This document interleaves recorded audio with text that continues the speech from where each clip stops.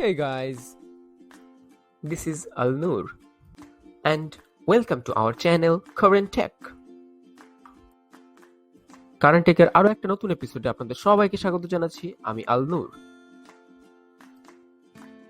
শুরুতে খবর নিয়ে আসছি এলন মাস্ককে নিয়ে। বানরকে দিয়ে কেন ভিডিও গেম খেলাতে চান এলন মাস্ক? সম্প্রতি একটা খবরে উঠে এসেছে বানরকে দিয়ে নাকি এলন মাস্ক ভিডিও গেম খেলাতে চান। জি হ্যাঁ, এলন মাস্ক কেবল টেসলা আর স্পেস এক্সের প্রধান নির্বাহী নন, তার আরও সহপ্রতিষ্ঠান রয়েছে নিউরোলিঙ্ক, সেগুলোরই একটি। প্রতিষ্ঠানটির কাজ হলো মানুষের মস্তিষ্ক কম্পিউটারের সাহায্যে সংযুক্ত করা। এতে সরাসরি মস্তিষ্কের সাথে চিন্তার মাধ্যমে কম্পিউটারকে কাজের নির্দেশ দেওয়া যাবে বলে দাবি করছেন এলন মাস্ক। এই প্রযুক্তির পোশাকি নাম ব্রেন কম্পিউটার বা ইন্টারফেস। আপনারা যদি এই বিষয়ে বিস্তারিত আরও তথ্য জানতে চান, কমেন্ট সেকশনে জানাতে ভুলবেন না। তাহলে আমি এই বিষয় নিয়ে এলন মাস্কের এই নতুন আবিষ্কার বা নতুন চিন্তাভাবনা নিয়ে যদি সম্পূর্ণ ভিডিও চান, অবশ্যই কমেন্ট সেকশনে জানাবেন। এর পরের খবরটা নিয়ে আসছি গুগলকে নিয়ে। হ্যাঁ, অস্ট্রেলিয়া থেকে ব্যবসা গুটিয়ে নেওয়ার হুমকি দিয়েছে গুগল। কিন্তু কেন দিল তারা এই ধরনের হুমকি? গুগল ও ফেসবুকের মতো প্ল্যাটফর্মে পুরো খবর বা খবরের অংশ বিশেষ প্রকাশের জন্য সংবাদ প্রকাশকদের অর্থ প্রদানের আইনি প্রস্তাব অস্ট্রেলিয়ার সরকার করেছে। এরপর গুগল জানিয়েছে প্রয়োজনীয় অস্ট্রেলিয়া ছাড়বে তারা, তবুও অস্ট্রেলিয়ার প্রস্তাবিত আইন মেনে নেবে না তারা। অস্ট্রেলিয়ার সরকারের প্রস্তাবিত আইন অনুযায়ী সংবাদ প্রকাশকদের সঙ্গে বাণিজ্যিক চুক্তি থাকতে হবে গুগল কিংবা ফেসবুকের মতো তথ্য প্রযুক্তি প্রতিষ্ঠানগুলোর। সংবাদের অংশবিশেষ প্রকাশের জন্য গণমাধ্যম প্রতিষ্ঠানগুলোকে অর্থ পরিশোধের কথাও বলা হয়েছে। তবে অর্থের পরিমাণ ঠিক হবে দুই পক্ষের চুক্তি অনুযায়ী, আর কোনো চুক্তি যদি পৌঁছানো সম্ভব না হয় তাহলে তার মধ্যে মধ্যস্থতা করে দিবেন আদালত। এদিকে বড় বড় প্রযুক্তি প্রতিষ্ঠানগুলোর ভাষ্য হলো প্রস্তাবিত আইনটির অধীনে কাজ করা তাদের পক্ষে সম্ভব নয়। এরপর অস্ট্রেলিয়া থেকে ব্যবসা গুটিয়ে নেওয়ার হুমকি দিয়েছে গুগল। আর ফেসবুক বলেছে প্রয়োজনে তারা অস্ট্রেলিয়ার ব্যবহারকারীদের নিউজ ফিডে সংবাদ প্রকাশ করবে না। কিন্তু গুগল তো একদম স্রেফ এবং সরাসরি হুমকি দিয়ে দিয়েছে যে তারা ব্যবসা গুটিয়ে নেবে। একবার ভাবুন তো, গুগল ছাড়া একটি দিন, বা ধরেন আপনি গুগল ছাড়া কি চলতে পারবেন? কোথাও আটকে গেলে আমরা কি করি? গুগলে সার্চ করি। কোথাও কোনো কিছু জানার প্রয়োজন হলে আমরা কি করি? গুগল করি। ভাবুন তো, গুগল ছাড়া চলে নাকি? সেক্ষেত্রে অস্ট্রেলিয়াতে গুগলের যে এই শূন্যতা, এই ফাঁকা জায়গাটা পূরণ করে আসবে কে? হ্যাঁ, এই ফাঁকা জায়গাটা পূরণ করে নেওয়ার জন্য চলে আসছে মাইক্রোসফট। হ্যাঁ, গুগল অস্ট্রেলিয়া ছাড়লে সেই জায়গা নেবে মাইক্রোসফট। আর এরই মধ্যে সোমবার দিন অস্ট্রেলিয়ার গুগল যদি ব্যবসা গুটিয়ে নেয় তবে সেই জায়গা পূরণের ব্যাপারে পূর্ণ আত্মবিশ্বাসী মাইক্রোসফট তথ্য খোঁজার সংস্থা বিং। এরপরে আরও একটি খবর আছে গুগলকে নিয়ে। হ্যাঁ, গুগল বলেছে বৈষম্যের শিকার কর্মী ও প্রার্থীদের $25 লাখ দেবে গুগল। হ্যাঁ, বেতন ও নিয়োগের বৈষম্যের শিকার প্রায় 5,500-এর বেশি কর্মী ও কর্মপ্রত্যাশীদের মোট $25 লাখ দিতে রাজি হয়েছে গুগল। মার্কিন শ্রম বিভাগের তদন্ত পরিপ্রেক্ষিতে এমন উদ্যোগ নিল মার্কিন প্রতিষ্ঠানটি। গাইস, এরপরে খবরটা নিয়ে আসছি স্যামসাংকে নিয়ে। হ্যাঁ, স্যামসাং থেকে একটা নতুন লিক এসে গিয়েছে যে স্যামসাং গ্যালাক্সি A52 একটা লিক ছবি চলে এসেছে। হ্যাঁ, স্যামসাং গ্যালাক্সি A52টা ঠিক এরকমই দেখতে হবে এবং এর স্পেসিফিকেশনস এবং এর আরও অনেক লিক্স আশাবাদ আছে এবং সেগুলো নিশ্চয়ই খুব তাড়াতাড়ি চলে আসবে এবং ছবিটা ঠিক এরকমই হবে গাইস। এরপরের খবরটা চলে আসতেছে Huawei Mate X2 এটাকে নিয়ে। হ্যাঁ, এই ফোনটা লঞ্চ হতে যাচ্ছে, হয়তো ফেব্রুয়ারির শেষের দিকে লঞ্চ হয়ে যাবে এই ফোনটা। তো গাইস, স্পেক্স এবং এর ডিটেলস জানতে অবশ্যই চোখ রাখবেন আমাদের চ্যানেলে। Huawei এই ফোনটি হবে ইন ফোল্ডিং ডিভাইস। হ্যাঁ, এটা স্যামসাং গ্যালাক্সি ফোল্ড যেটা সেটার মতো হবে না, কিন্তু এটা হবে একটু অন্যরকম ফোল্ডিংয়ের মতো। দেখা যাক Huawei আনছে এই ফোনটি, আনার পর বোঝা যাবে অ্যাকচুয়ালি এটা কেমন দেখা যাবে। তো স্টিল ওয়েট গাইস।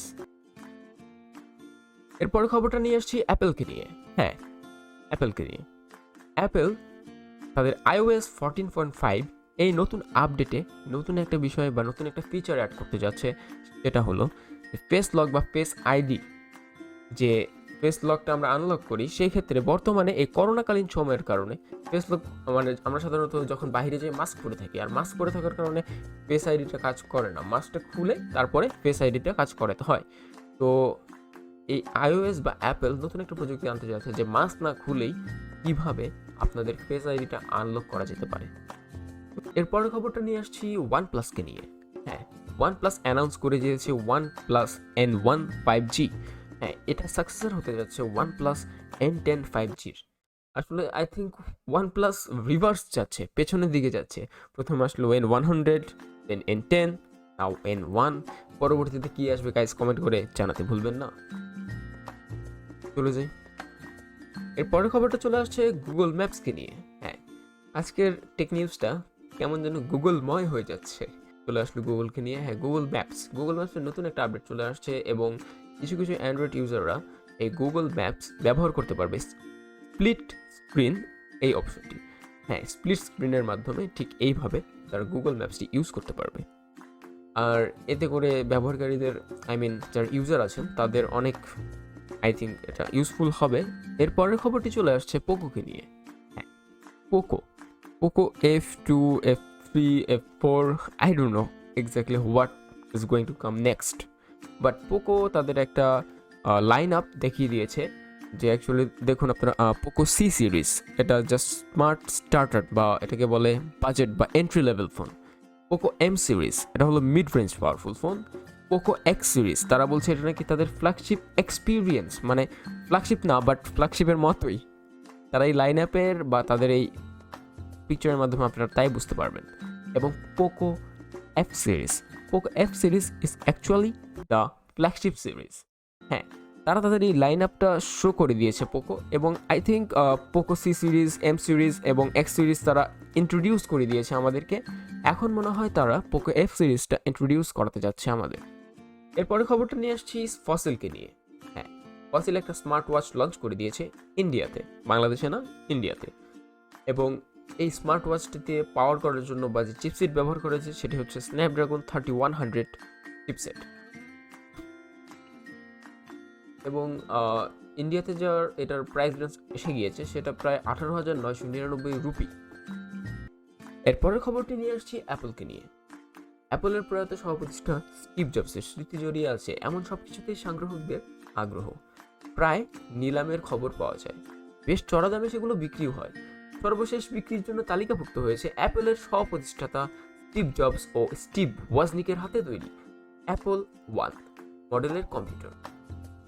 পণ্য কেনাবেচার ওয়েবসাইট ইবেতে কম্পিউটারটি বিক্রির জন্য দাম হাঁকা হয়েছে $15 লাখ। হ্যাঁ গাইস, $15 লাখ, 56,000 টাকার এই তখনকার সময়ের কম্পিউটারটি বর্তমান মূল্য হয়ে দাঁড়িয়েছে $15 লাখ। এত দাম চাওয়ার কারণ হিসেবে পণ্যের বিবরণে লেখা আছে এটি একটি বিরল একটি সুযোগ। কারণ জানা মতে এমন 6টি কম্পিউটার এখনও টিকে আছে, বেশিরভাগই জাদুঘরে প্রদর্শিত হচ্ছে। তাছাড়া কম্পিউটারের অবস্থা তুলনামূলকভাবে ভালোও লেখা হয়েছে। এরপরে খবরটা নিয়ে এসেছি শাওমিকে নিয়ে। হ্যাঁ, শাওমির Mi 10i 5G, এই ফোনটা তার জাস্ট লঞ্চের প্রথম 3 সপ্তাহের মধ্যে $54 মিলিয়ন বিক্রি করেছে। হ্যাঁ গাইজ, এই এক্সক্লুসিভ লেভেলের ফোনটি পাবলিক অনেক পছন্দ করেছে এবং তার কারণে তারা নিয়েও নিয়েছে। তো গাইজ, এখানেই শেষ হচ্ছে আমাদের আজকের টেক নিউজ। ভালো লাগলে লাইক করবেন, কমেন্ট করবেন, শেয়ার করবেন এবং সাবস্ক্রাইব করে বেল আইকনে প্রেস করে অলে সেট করে রাখবেন। If you guys enjoyed the video, please do like, comment, share and subscribe to our channel.